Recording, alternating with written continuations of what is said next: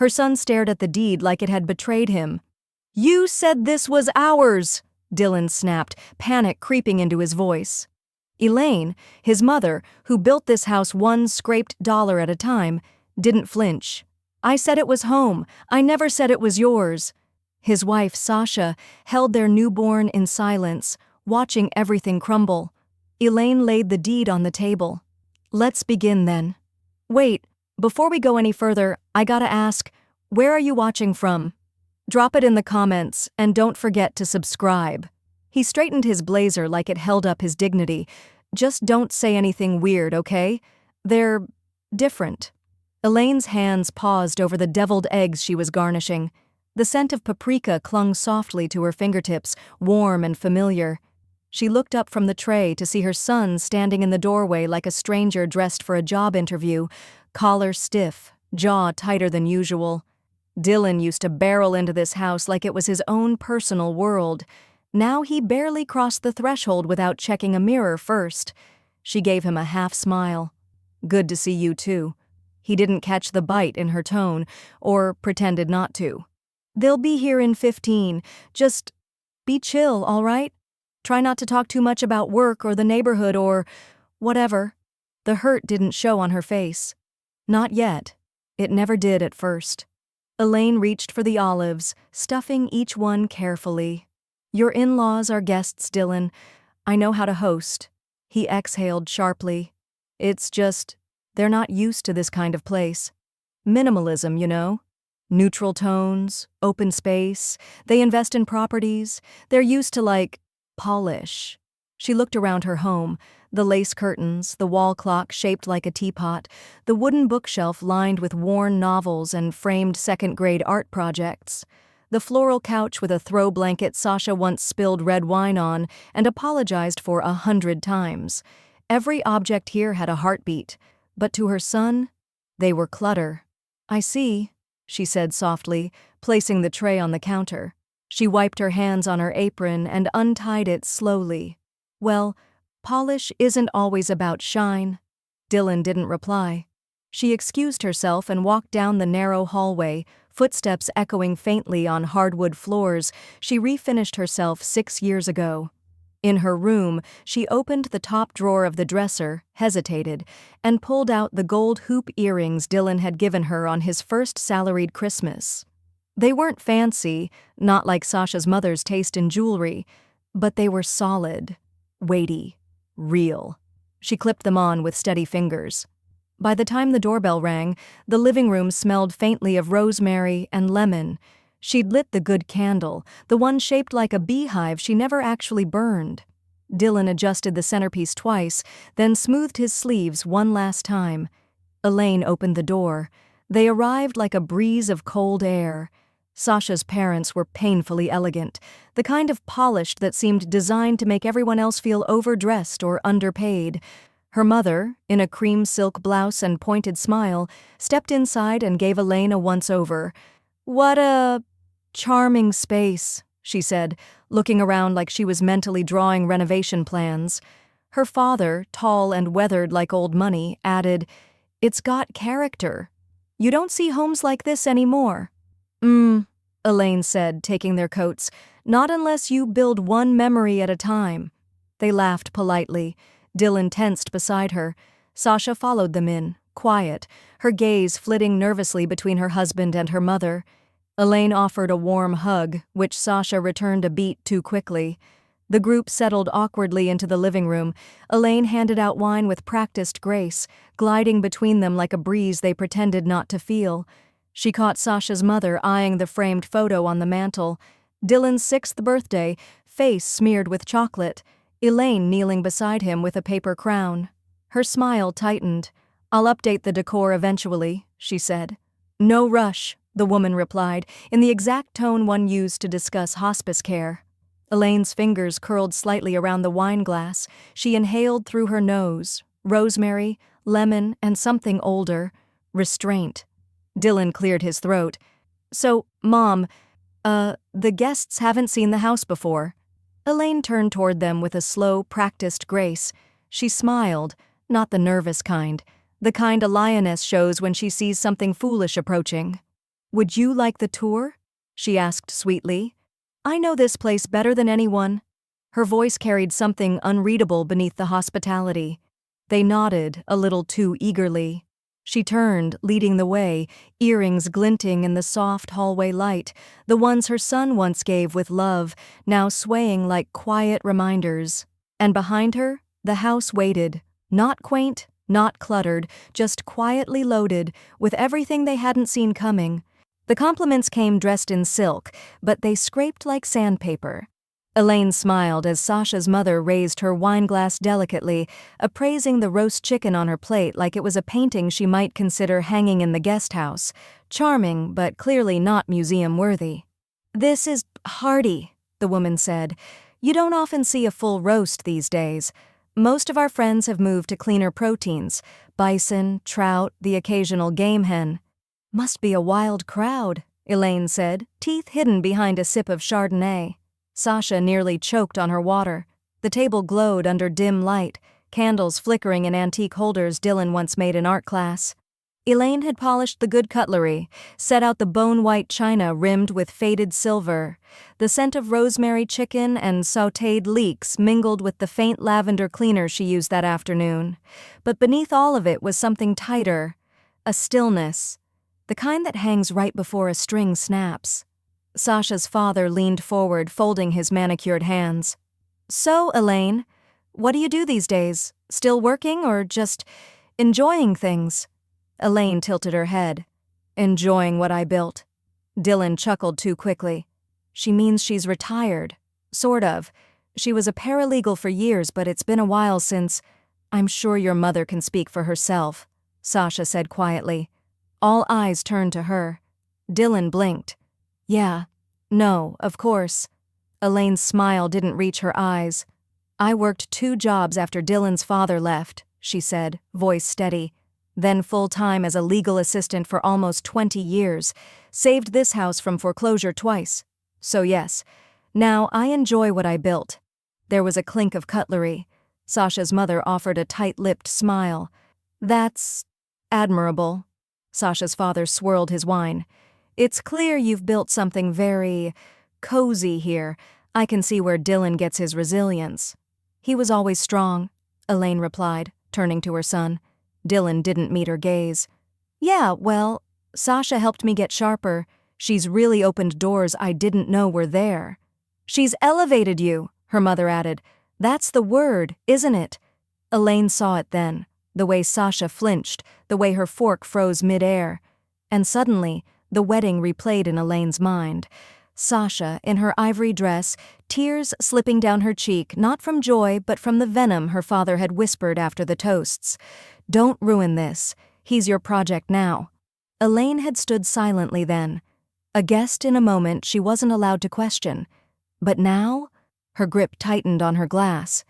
"Dylan's always known his worth," Elaine said, eyes on Sasha now, not the parents. "He just had to remember where it came from." Sasha blinked slowly. Dylan cleared his throat. "Mom, maybe let's keep it light." Elaine turned back to her plate. "Of course." But inside her something small cracked, a fracture she'd been taping over for years, her son cutting her off like she was an accessory, his laughter at her expense. And now, sitting silent while strangers reduced her to some quaint obstacle on his path to becoming curated. The rest of the meal passed in a blur of thin smiles and sharper words. She noticed every glance between Sasha's parents, every nod Dylan gave without pushback. And she noticed Sasha, too, slowly shrinking, curling inward with every passing compliment that doubled as correction. When the plates were cleared and dessert declined, Elaine stood. "I'll just pop into the kitchen a moment," she said. She walked out slowly, each step sinking deeper into her own silence. The soft whir of the dishwasher hummed behind her. She shut the kitchen door with a firm click and stood in the stillness. Her hands trembled as they gripped the sink. She didn't cry. She didn't scream. She just exhaled, long and bitter, like something decades old had finally started to rot. And in that quiet, something else bloomed, the first breath of a storm. "He said not to act like myself," So I walked the halls like a stranger. And the house didn't recognize me either. Elaine moved in silence, the weight of everything unsaid pressing into her spine. The kitchen door clicked shut behind her, muffling the laughter from the dining room. Sharp, rehearsed laughter that didn't belong to this house. She crossed the threshold into the hallway like it was sacred ground no one had stepped on in years. She passed the coat rack where Dylan's little red raincoat used to hang, sleeves flapping like flags of childhood. Her fingertips brushed the edge of the wall where he'd once drawn a crooked sun in permanent marker. It was painted over now, but she could still see the faint impression when the light hit just right, like the wall remembered. Her heels clicked softly as she stepped into the living room, the fire dimmed but still glowing. The air smelled faintly of lemon cleaner, old upholstery, and roasted rosemary, layered comfort that no minimalist aesthetic could recreate. She moved, from room to room, like tracing a scar with reverence. The den where Dylan once built blanket forts, the hallway mirror he cracked with a soccer ball when he was 10, the spot on the porch where he'd tripped during his first attempt at riding a bike, his tiny knee bloodied, his tears clinging to her shirt like apologies. Everything here had absorbed her struggles, her quiet victories, her forgivenesses. She stood in her bedroom doorway for a long time before walking in. The air was cool. She flicked on the lamp and sat gently on the edge of the bed, her hand resting on the drawer beside her. She hesitated for just a breath, then opened it. The folder was still there. A dull green legal envelope, corners slightly bent, like it had waited too long for its moment. She pulled it out and laid it flat on the quilt. Her name, Elaine M. Carter, printed in block letters across the deed, stamped and signed. The mortgage payoff receipt was tucked neatly inside, dated 6 years ago to the day next Tuesday. She hadn't celebrated, just went to work, then home, then made pasta. He talks like he's doing me a favor by being here, she thought. But this house stands because I didn't fold. She closed the folder softly and rose. Her body moved with the grace of someone who'd carried too much for too long and finally set something down. In the kitchen, she poured herself a cup of tea, chamomile, her evening ritual, and leaned against the counter. The laughter drifted again from the dining room, distant and jagged. She couldn't tell who was faking it more, her son or the people who'd raised his wife. The footsteps came light, hesitant. Sasha.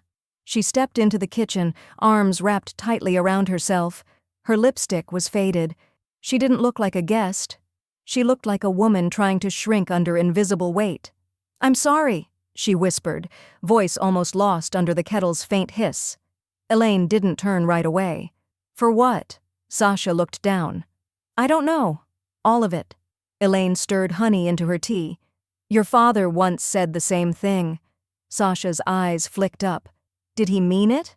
Elaine turned finally, her expression unreadable. He meant it every time, and he let the same things happen every time. The silence between them wasn't cold. It was shared, like the hush in a church after a hard prayer. Sasha nodded slightly, then stepped back, not saying another word. Elaine waited until her footsteps disappeared. Then she crossed the living room slowly, passing by the dining room arch where Dylan was laughing too loud at something that didn't sound funny. He didn't see her. None of them did.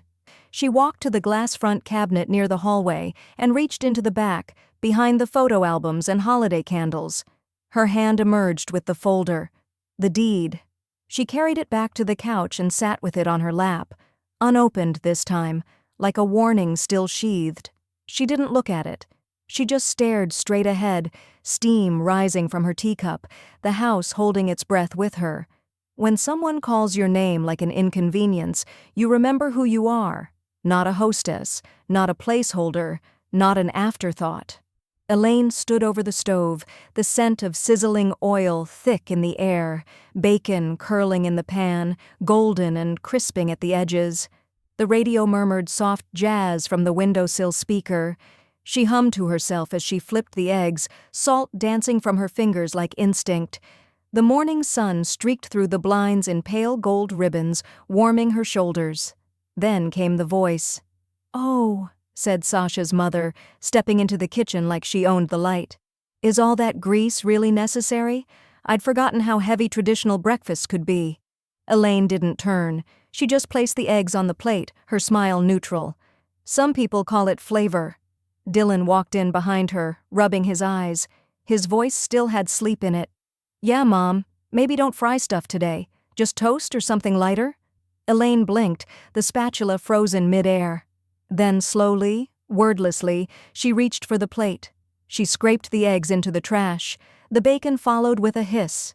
The whole skillet emptied in silence, except for the soft thud of food hitting metal. Sasha's mother gave a small, satisfied nod, already reaching for a banana. Elaine washed the pan and didn't say a word.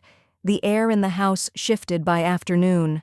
Sasha's parents claimed the living room like a command center. Speakerphone calls, leather portfolios, murmurs of investments and equity.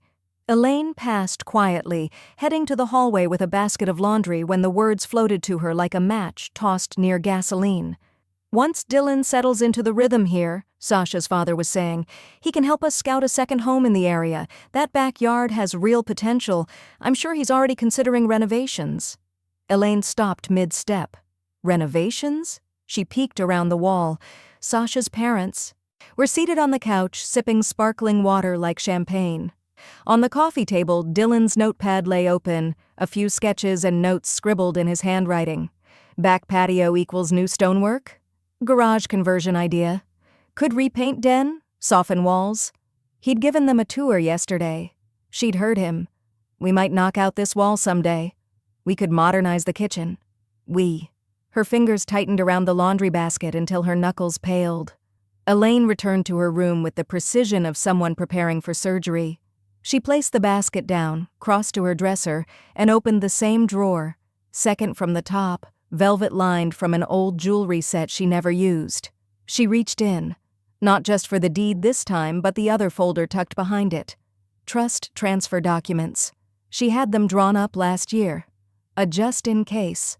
Fully filled, fully notarized. All it needed was her final signature to place the house in a legal trust, controlled solely by her, locked from any future claim. Not even Dylan could touch it without her consent. She sat down on the bed. The paper crackled softly as she unfolded it. Her name was there, her address, her legacy.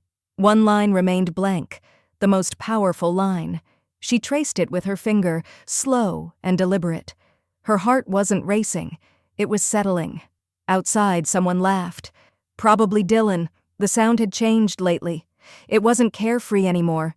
It was performative, like someone trying to sound important in someone else's home. Elaine glanced down at the floor. Hardwood. She remembered sanding it herself. Her knees bruised, palms blistered. Back then when Dylan was in middle school and money was tighter than breath, every plank here knew her weight. Maybe it's time, she whispered. I remind him who paid off every inch of this floor. And this time she didn't put the papers away. She laid them flat on the desk, pen beside them, waiting. She was about to be interviewed in her own home. And somehow she already knew she wasn't the one they were rooting for. Elaine placed the last of the coffee cups on the tray, her fingers steady, her jaw locked. Outside the sitting room, Sasha's father stood like a man poised for a polite ambush. He was smiling, the kind of smile a man wears when he's about to say something patronizing but wants credit for sounding curious. Elaine, he called, with the tone people used for waitstaff who had taken too long. Join me for a second. Thought we could chat. She stepped in calmly, smoothing the hem of her sweater. Of course. The sitting room still smelled like lemon polish and old upholstery, the scent of dignity held together with elbow grease. Sasha's father gestured for her to sit on the edge of her own couch. He lowered himself into the armchair like he was testing its worth. Beside him, Sasha's mother crossed her legs and tilted her head, watching. Elaine folded her hands neatly in her lap. Her body was still, but her spine felt like iron. So, he began, swirling his espresso, I was just telling Dylan that you seem very grounded, practical. Have you ever considered business? Real estate, maybe? You give off a certain durable energy. Elaine raised an eyebrow. Durable? It's a compliment, he added quickly, chuckling. Like someone who doesn't fold easily. We know a few women who manage estates for investors. If that interests you, I'm happy to pass your name along. Elaine took a slow sip from her cup. At this point in my life, I manage just fine. He leaned forward slightly, undeterred. I just wonder if the house is becoming too much for you. It's a lot of space. Old plumbing, upkeep, no shame in simplifying. Downsizing, Sasha's mother echoed smoothly. It's a trend now, especially for women of a certain stage.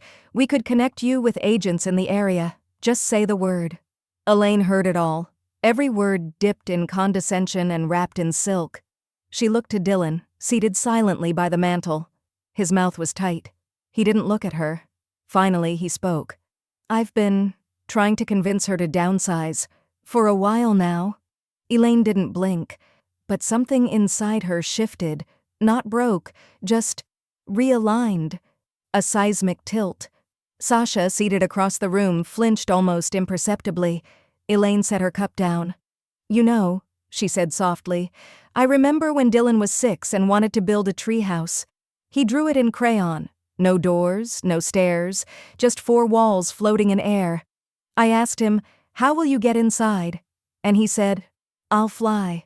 She smiled faintly. Back then, he didn't need to prove anything to anyone. He thought anything was possible.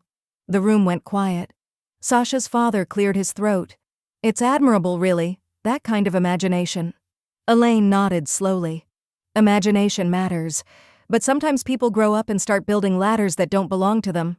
Dylan's jaw clenched, but he said nothing. Sasha's mother smoothed her skirt.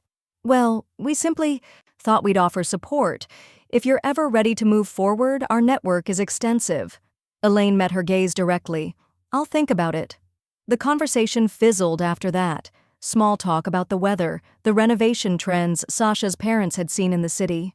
No one noticed Elaine's silence had teeth. That evening, after the house dimmed and only the sound of the dishwasher filled the quiet, Elaine sat alone at the kitchen table. Her laptop opened with a soft click. The screen glowed against her face, pale and unwavering. She typed with precision, each key pressed like a verdict. To Edward H. Lewis, Esquire. Subject, trust, transfer, finalization. Her fingers hovered over the send button, then clicked. Some people talked about ownership, some people lived it, and some, like her, knew the exact cost of every square foot. Sasha found her in the backyard, barefoot on dew-kissed grass, staring at the hydrangeas she'd planted 20 years ago. The blooms were heavy with color, lavender, blush, and defiance. Elaine stood still, one hand grazing a petal, her robe fluttering slightly in the morning breeze. The air smelled like damp earth, cut grass, and something faintly floral, memory maybe, or something stronger. Sasha hesitated on the porch, arms wrapped around herself like armor. They bloom late this year. Elaine didn't turn. They always do when the ground gets disturbed. Silence crept in between them, thick as fog. Birds chirped overhead. A sprinkler clicked on next door, its rhythm precise and distant. Sasha took a few slow steps down, her flats sinking slightly into the grass. I wanted to say I'm sorry. Elaine finally looked over, eyes steady. For what exactly? Sasha exhaled. For how Dylan's been, for how he is around them. It's like he becomes someone else, someone eager to impress, even if it means stepping over the people who built him. Elaine didn't speak. She crouched, gently pinching a brown leaf from the edge of a bloom. Sasha's voice softened. He used to be grounded, honest. Now he quotes real estate podcasts and calls his mother's house an asset in transition. It's like he's forgotten this place is alive. Elaine straightened, wiping her hand on her robe. Or maybe he just learned who gets rewarded for forgetting. Sasha's eyes glossed with something unspoken. He used to say he never wanted to be like my father. Now he borrows his tone. Elaine turned toward her fully, gaze quiet but sharp. Then you should think about who you're becoming too. That landed harder than either of them expected. Sasha dropped her eyes. My father asked me something before we came here. Just casually. As if he was commenting on the weather. Elaine waited. He asked if the house was transferable. Elaine's expression didn't flinch, but her entire body realigned, not tense, not shocked, just steel. Transferable, she repeated, tasting the word like poison. Did he ask Dylan the same?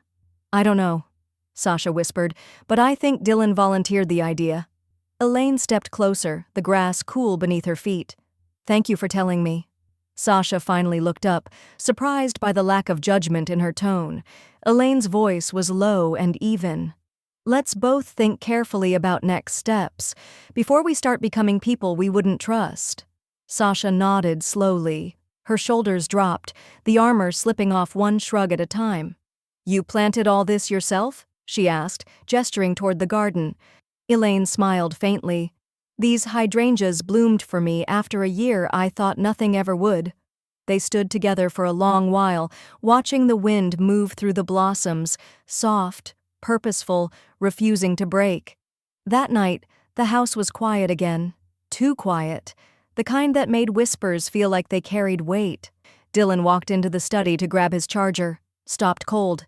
The desk lamp glowed over a single folder. The deed. Open. Centered.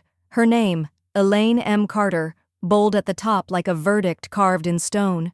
He stared, and something in his face fell. Not panic, not yet. Just the early tremor of a man realizing the story he told had just been edited by its author. He looked at the document like it had betrayed him, like it was supposed to lie for him, and now it had chosen the truth instead. The desk lamp cast a long shadow across the hardwood floor as Dylan stood frozen, staring at the open folder. The golden letters of ELAINEMCARTER glared back at him, unwavering.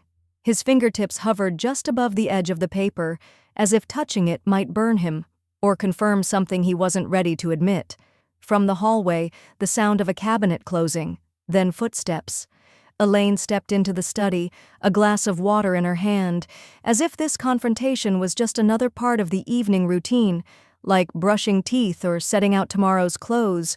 She didn't flinch. Can I help you find something? He snapped the folder closed. Why was this out? She took a long sip before answering. Just refreshing my memory. Dylan looked at her like he was trying to read something in a foreign language. You left it out on purpose. She gave a small shrug. I left it where I could see it. You happened to see it too. His voice sharpened. You're trying to make a scene. You're doing this now, while Sasha's parents are here? Do you have any idea how that looks? Elaine's eyebrows rose ever so slightly. Do you? He paced 2 steps back, running a hand through his hair, then jabbed a finger toward the desk. This makes me look irresponsible, like I've been lying. She tilted her head. Have you? He didn't answer, not directly. I never said the house was mine, he muttered. I just didn't correct them. Elaine leaned against the doorway, arms crossed. So, silence is safer than truth now? They respect people with property, Dylan snapped. You think they'd take me seriously if I said I was staying in my mother's house? She looked at him. Not with pity, not with anger, with something colder, sharper. I didn't raise you to lie, she said. You raised me to survive, he fired back. This is survival. Appearances matter. Elaine stepped closer, her voice a quiet blade. Number, you're not surviving, Dylan. You're performing. For people who wouldn't flinch if they saw you disappear. He looked like he might say something, then swallowed it. His jaw worked furiously. Why are you trying to humiliate me? He hissed. Why now? Elaine's eyes darkened, but her tone didn't rise. It cooled. I didn't bring humiliation into this house, she said. You did. You walked in and rewrote my walls, my floors, my story, all for an audience. He slammed the folder shut, harder this time, the sound cracking through the room. You don't get it, Mom. They don't value humility. They value leverage. She nodded slowly. Then maybe you're in the wrong house. There it was. A full beat of silence. He stared at her like she wasn't his mother anymore, like she'd become an obstacle he couldn't manipulate, or worse, a mirror. Then he turned on his heel, stalked down the hallway, and slammed the front door hard enough to rattle the stained glass panel she'd installed herself back in 2003. Elaine stood alone in the quiet again. She walked to the desk, calmly reopened the folder, smoothed the corners. The house settled around her, walls thick with memory, silence no longer empty, but earned. The laptop dinged softly. She turned, walked to it, and opened the new message. From Edward H. Lewis, Esquire, subject, confirmation. Elaine, all documents have been verified and filed. Trust transfer complete, no further signatures required. Action ready at your discretion. She exhaled, slow and deep, not with relief but with something deeper. Control. The table was set for 6, but only one had any appetite, and it wasn't the one with the plate full of eggs. Elaine moved with quiet precision, the kind born from decades of serving others without ever being asked what she needed. The morning light streamed through the kitchen window, soft and golden, illuminating every glint of polished silverware and each carefully folded napkin like they were about to host royalty, or reckoning. In the center of the table, where a fruit bowl usually sat, was the green legal folder, closed, neatly aligned with the salt shaker. Its placement was no accident. She poured tea with a steady hand, the clink of porcelain faint but sharp in the heavy silence. One by one, they arrived. Sasha's parents first, dressed like their coffee came from Paris and their opinions from a boardroom. Then Sasha, silent and tight-lipped. And finally, Dylan, late, rumpled, and noticeably paler than the others. Elaine smiled gently. "Good morning." Dylan sat stiffly, glancing at the folder as if it might explode. "Smells traditional," Sasha's mother offered with a thin smile, sniffing the air like it offended her. "Eggs, toast, and reckoning," Elaine replied smoothly. "Hope that's not too heavy for breakfast." Dylan shot her a warning look. She ignored it and sat down, folding her hands in front of her. "Before we eat," she began, her voice calm but commanding, "I'd like to make a quick toast." Sasha's father raised an eyebrow. Dylan visibly stiffened. Sasha kept her eyes on her plate. Elaine lifted her teacup. To ownership. A pause. Then, with the grace of a woman who'd waited long enough, she reached forward and opened the folder. The deed was right there, bold, stamped, official. Her name centered like a declaration. Elaine M. Carter, sole owner. The room fell so quiet, you could hear the faint tick of the kitchen clock over the clink of someone's spoon. "I thought," Elaine continued, her tone light, almost conversational, "that it was time to clear up any misunderstandings floating around, especially about whose home this is." Sasha's father blinked, mouth parted slightly. Sasha's mother slowly set her fork down. Dylan went pale. "Mom." Elaine turned to him, serene. "Yes?" He swallowed. "You didn't have to—" "I hadn't even started yet," she interrupted, smile never wavering. "But it seemed the polite thing to do. Set the table, clarify roles." She turned back to the others. "So, if anyone here was hoping to relocate me for convenience, or imagined this house as a future asset, I'd recommend adjusting your plans." Sasha's mother looked like she'd just bitten into something bitter. "Of course, there must have been some misunderstanding. We were under the impression that Dylan had skin in the game," Elaine offered, sipping her tea. "Understandable. He's quite the performer when given the right script." Sasha finally looked up, at Elaine first, then at her husband. Her fork slipped from her hand and clattered against the plate. Dylan cleared his throat, barely audible. "You didn't have to do this." Elaine looked at him, really looked at him, and smiled like a woman who had just flipped on a light in a room where everyone had pretended it wasn't dark. "Oh, Dylan," she said softly, "you still think this is it?" They thought she'd fight to stay. They never imagined she'd be planning to leave. With everything. The bell above the law office door chimed softly as Elaine stepped inside, her heels clicking against the cool marble floor. The scent of old paper, polished wood, and coffee hung in the air. A quiet kind of power, the kind that didn't beg to be noticed. Edward H. Lewis, Esquire, stood as she entered, a man with too many degrees and not enough sunlight. "Elaine," he said, gesturing toward a chair across his wide oak desk. "You're early." "I'm ready," she replied. They sat across from each other, the folder already opened between them. The deed, the trust documents, the notary seal, everything laid out like a chessboard she had already won. "I've reviewed everything," Edward said, adjusting his glasses. "You want to finalize the trust transfer with yourself as sole controlling trustee, and no secondary signatory or override clause." "That's right," she said. He hesitated. "You understand what this means? Not even your son can contest ownership unless you explicitly name him." Elaine smiled faintly. "That's the idea." He gave her a thoughtful look, then slid the final form across the desk. "You also asked to include a clause I haven't seen before. Beneficiary review every 5 years based on conduct. You sure you want that?" Elaine picked up the pen with steady fingers. "Some people only act right when they know they're being watched." She signed. With that single motion, the house became more than shelter. It became a fortress with her name carved into every beam. Back home, the air felt different, not lighter, sharper. She stood in the hallway for a moment, listening to the silence. The in-laws had gone out for brunch. Dylan hadn't said a word since breakfast. The quiet suited her. She fetched an old suitcase from the attic. Not for running, for sorting, for choosing.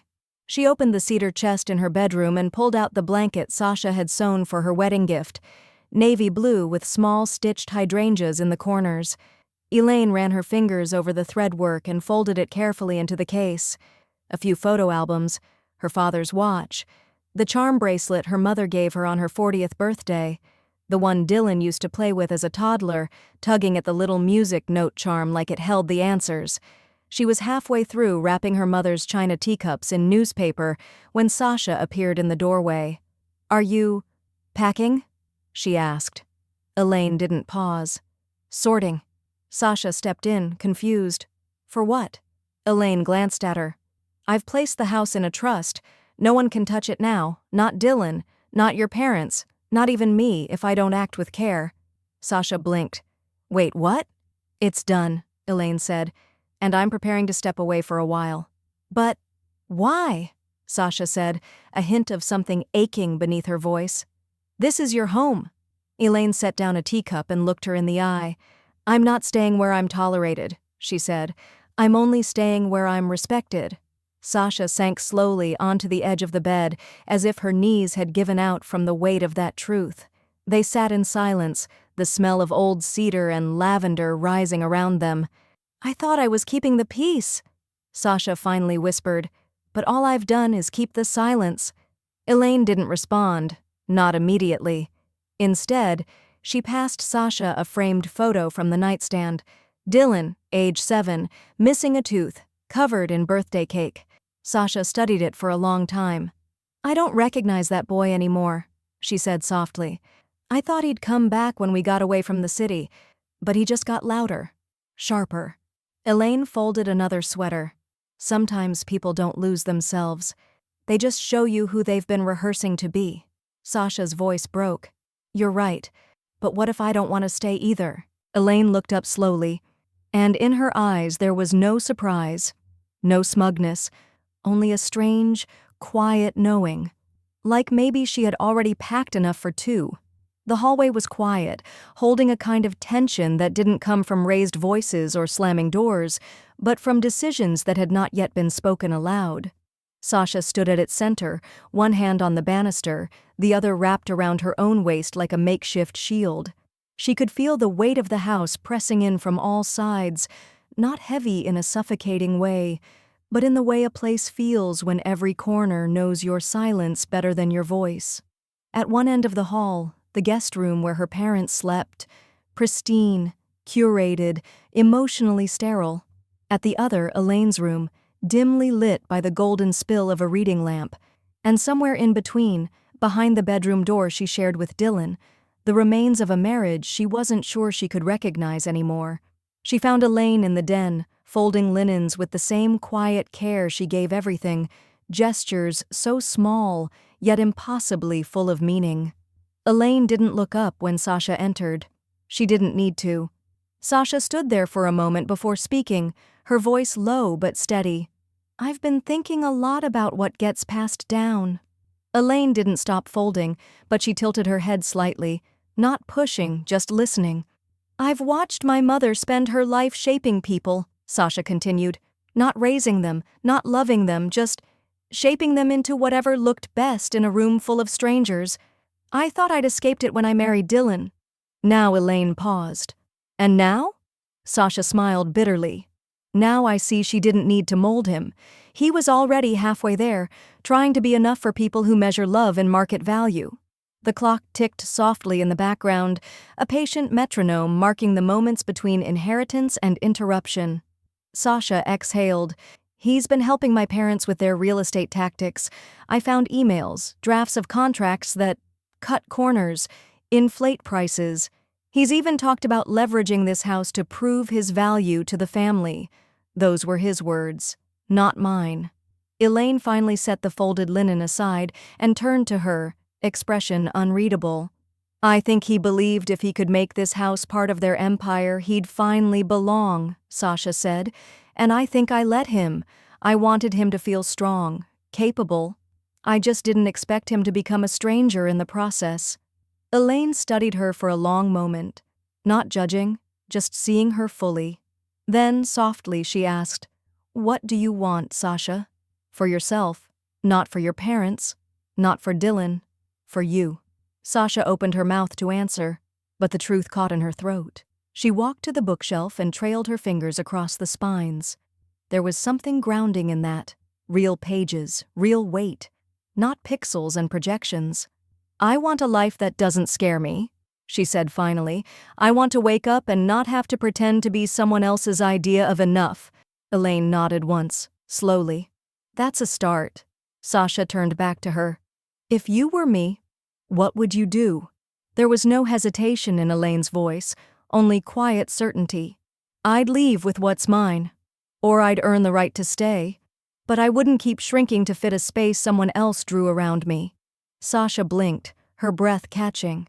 It wasn't said cruelly, it was offered like a hand across a chasm. And in that moment, something shifted between them. Not a grand revelation, not a breakdown, just a quiet realignment. Two women, both shaped by rooms they'd once felt too small for, now choosing what kind of legacy they'd leave behind. That night, while Dylan snored softly beside her, Sasha slipped out of bed, walked barefoot across the hardwood, and opened her laptop. The glow lit her face in soft blue. She went to their shared financial account, and with steady fingers, she changed the password, revoked his access, and clicked save. She didn't say a word, but the silence this time wasn't surrender. It was the start of something that belonged to her. He came home to an empty bedroom and an even emptier spreadsheet. Dylan dropped his keys on the hallway table with a metallic clatter and called out into the house. But his voice didn't carry. It just fell flat against walls that no longer echoed with familiarity. The lights were on, but the stillness was different. Not peaceful, hollow. In the bedroom, the first thing he noticed was the absence of movement. No Sasha brushing her hair, no soft hum of music from her phone, no half-finished tea on the nightstand. Just the quiet hush of clean sheets and air that hadn't been breathed in hours. The bed was made, her toiletries were gone, and her laptop charger, usually tangled on her side of the bed, was missing. His pulse quickened. He pulled out his phone and opened their banking app. It lagged for a moment, then loaded with an error message. Access. Denied. His thumb hovered, his brain not yet catching up. He tried the shared drive next, the folder with their documents, property ideas, everything he had so carefully built to impress her family. 404, file not found. He opened the closet. Her suitcase was gone. And then he saw it. A single envelope placed neatly on his desk, propped up against his wireless mouse like it had been waiting all day. His name, handwritten in Sasha's script. No salutation, no sign-off. Just one line inside. "I'm not going to become someone I'd fear as a daughter." It knocked the air out of him harder than a shout ever could. He sank onto the edge of the bed, fingers trembling, sweat collecting on his neck, despite the cool air from the vent humming above. His phone buzzed again, a voicemail notification, then another. The first was from Sasha's father. "Dylan, We're reviewing some irregularities in the financial projections you provided. Please call me as soon as you can. The second was from a number he hadn't seen in months. Elaine. He stared at it. For a moment, he hovered over play.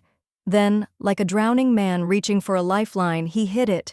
Her voice, calm and steady, came through the speaker. Dylan. Some inherit legacies, others rent them, but you don't get to live in mine. The message cut off cleanly after that. No anger, no offer of forgiveness, just a boundary, carved into stone. Panic surged in his chest. He dialed her back, pacing the room with wild energy now, dragging his hand through his hair. It went to voicemail. Mom. Wait, can we just talk for a second? Look, I know I messed up. I know I handled things badly, but we can fix this. Please don't do anything rash. I'm trying to hold everything together. I didn't mean for any of this to get out of control. Just call me, okay? Please. He hung up, staring at the wall like it might speak back, but there was no response. Just the growing realization that, for the first time in his life, no one was going to clean up behind him.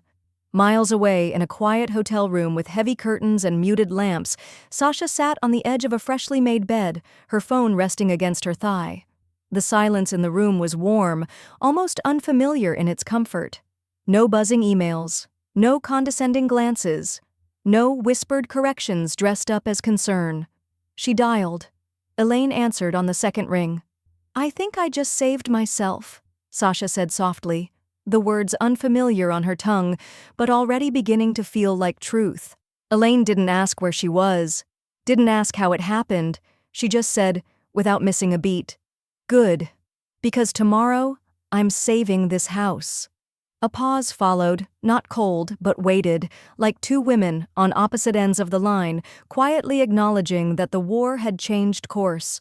Sasha closed her eyes and let the quiet wrap around her like armor. Down the line, Elaine opened a drawer in her study and pulled out a letter she had drafted but never sent. A notice. A declaration. A door swinging shut with intention. Tomorrow it would be delivered. And for the first time in years, she would not be the one explaining herself. He walked in with a fake smile, the kind that clung too tightly to his face, stretched, uncertain, too white at the edges. She sat across from him with a real deed, the weight of it heavy in her hands, though not heavier than the years it took to earn. Elaine had chosen the formal dining room for this meeting. The room was hardly used now, dark cherrywood furniture, velvet curtains drawn halfway, and a silver tray with untouched glasses of water glinting beneath the chandelier. Dust had settled on the top edge of the mirror, but the floor was polished enough to see your own reflection. She wanted them to see themselves clearly. Dylan arrived first, tie loosened, brow already beaded with sweat. He moved like a man rehearsing calm but missing his marks. He didn't sit. Sasha's parents followed behind, sharply dressed as always. Her father in slate gray, her mother in cream silk again, as if re-wearing dominance was part of the uniform. They smiled as they entered, though their eyes flicked quickly across the room like they were still searching for something they hadn't yet claimed. Elaine didn't rise. She didn't need to. Authority, when earned, doesn't stand. It waits. Thank you for coming, she said, her tone cordial but immovable. Dylan cleared his throat, shifting his weight. We just thought, after everything, maybe we could revisit the conversation. His mother looked at him the way sunlight looks at fog. It didn't need to fight it. It would burn through eventually. Please, sit.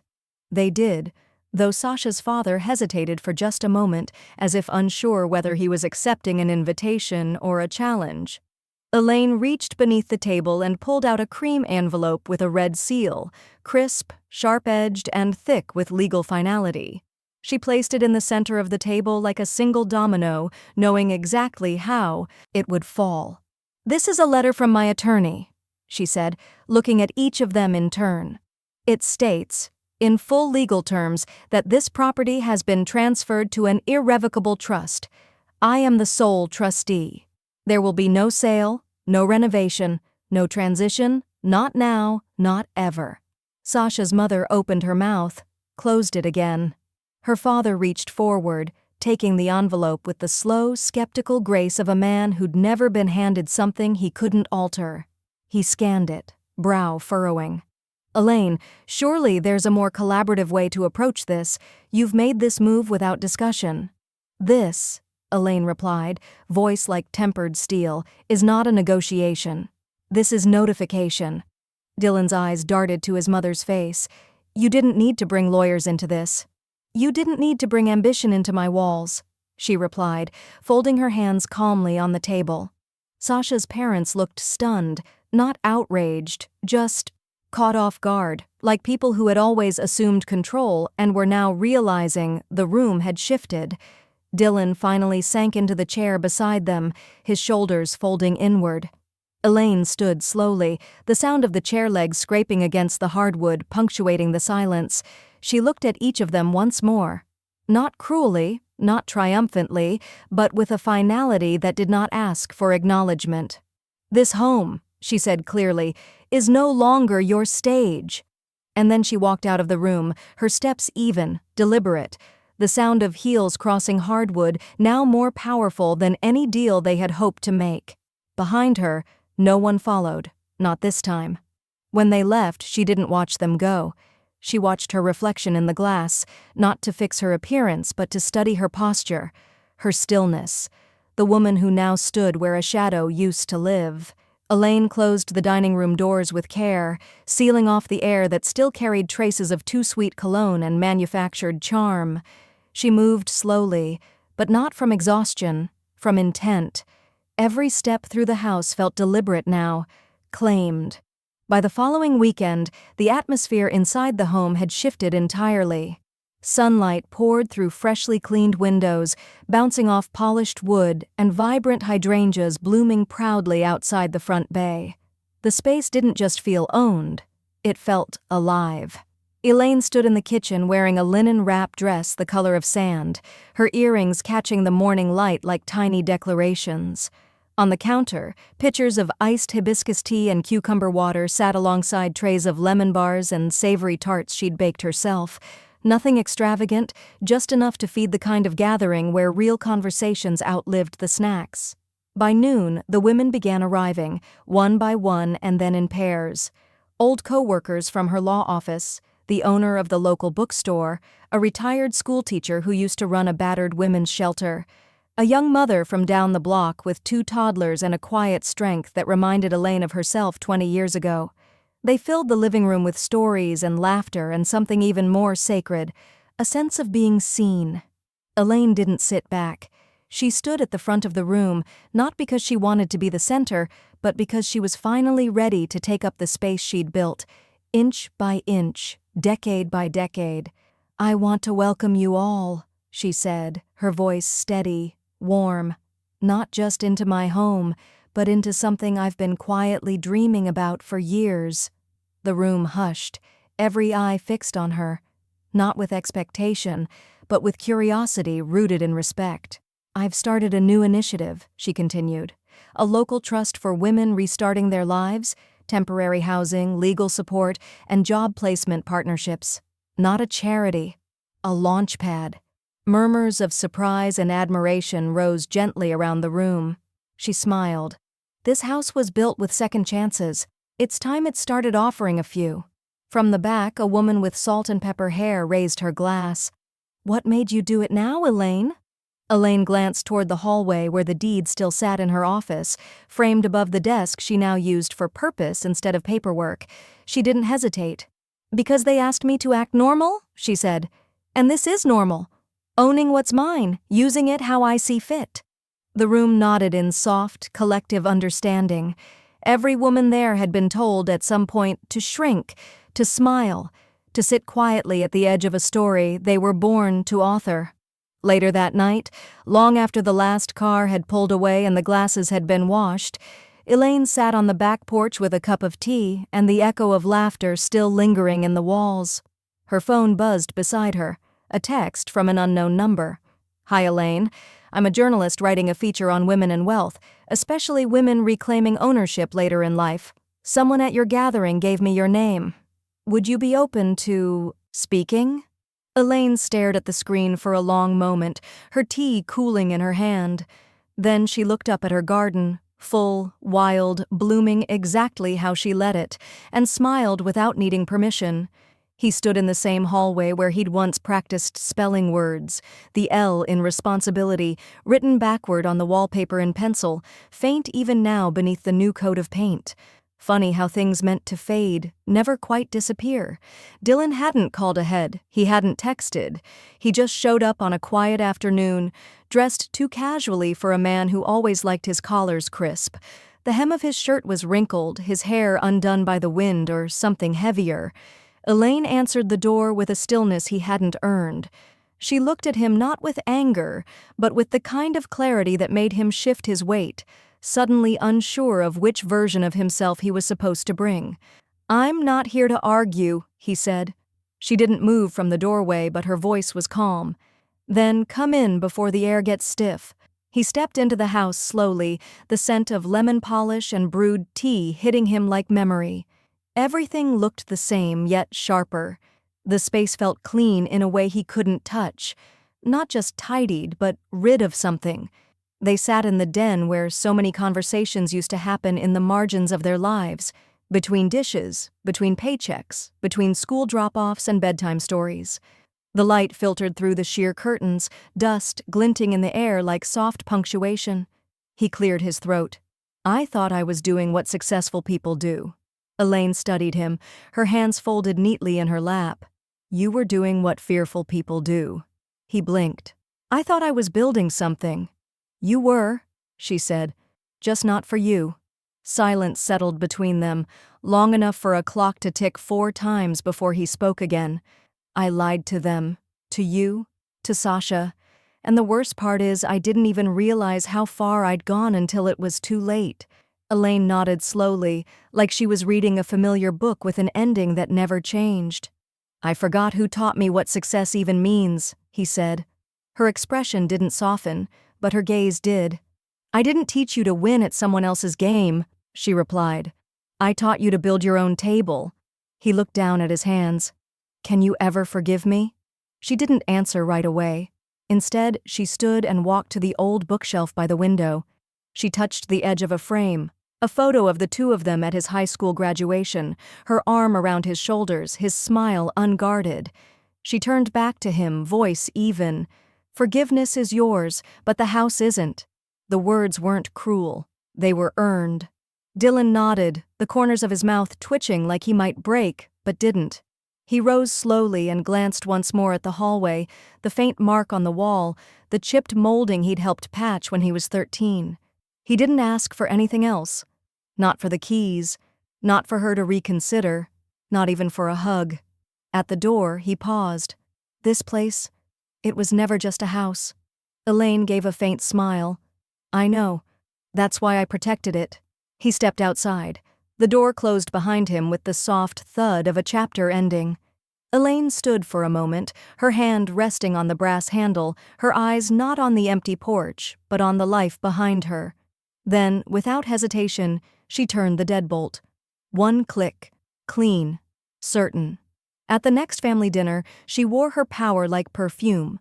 Quiet, lingering, impossible to ignore. Not flashy. Not loud. Just there, stitched into her posture, steeped into the air like something earned. The house smelled of roasted garlic and fresh thyme, the scent curling through every room like a welcome and a warning. Elaine moved from kitchen to dining room with unhurried ease, her linen dress softly brushing her calves, her gold hoops swaying with each confident step. The table was set for 4, not 6 this time. Fewer plates, less noise, no performance. Outside, the autumn leaves rustled, golden and copper, casting slow dancing shadows against the glass panes. Inside, the walls held a different kind of warmth now, not the warmth of memories she had to preserve, but the heat of a life she was actively shaping. Sasha arrived just after 6, holding her daughter in a soft gray sling across her chest. No stroller, no pomp, just a mother and her child, stepping into a home that had once felt like borrowed space and now felt like safe ground. Elaine opened the door with a smile that reached all the way to her eyes. "You're early." "I didn't want to waste a second." Sasha said, voice softer than usual but fuller somehow, like something new had taken root. They moved through the hallway together, slow and quiet, the way people do when they know exactly where they are. Elaine led them to the den, where an old armchair sat waiting by the fireplace. The same chair she had once cried into after Dylan's father left, the same chair she'd napped in after double shifts, the same chair that had carried her weight through every kind of silence. She sat and reached gently for the baby, who blinked up at her with a kind of innocence that felt more like blessing than burden. Elaine cradled her in her arms and began to rock, her fingers tracing the soft edge of the knitted blanket wrapped around her small form. Sasha settled on the rug nearby, tucking her legs beneath her.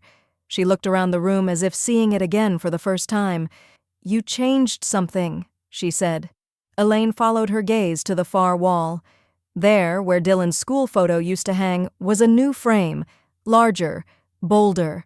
Inside it, a photograph in black and white.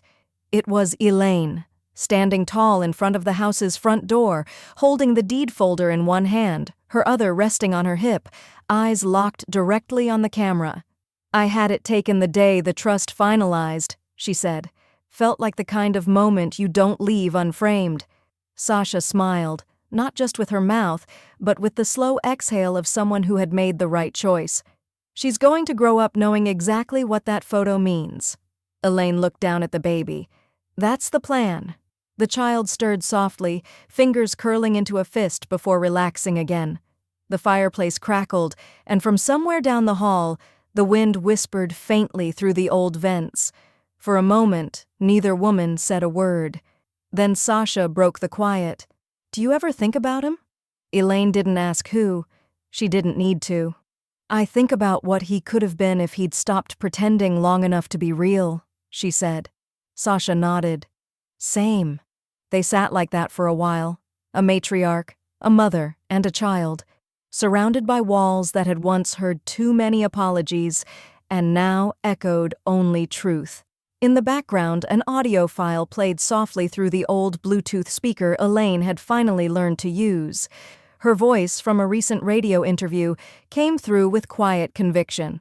"My son told me to act normal," the recording said, "so I acted like I owned the house they were sitting in. Beat. Because I did." Later, after the dishes were done and Sasha had gone, Elaine stood at the door once more. She looked out at the porch, now swept clean, and the garden wild and free. She closed the door gently, but it didn't sound like retreat. It sounded like power.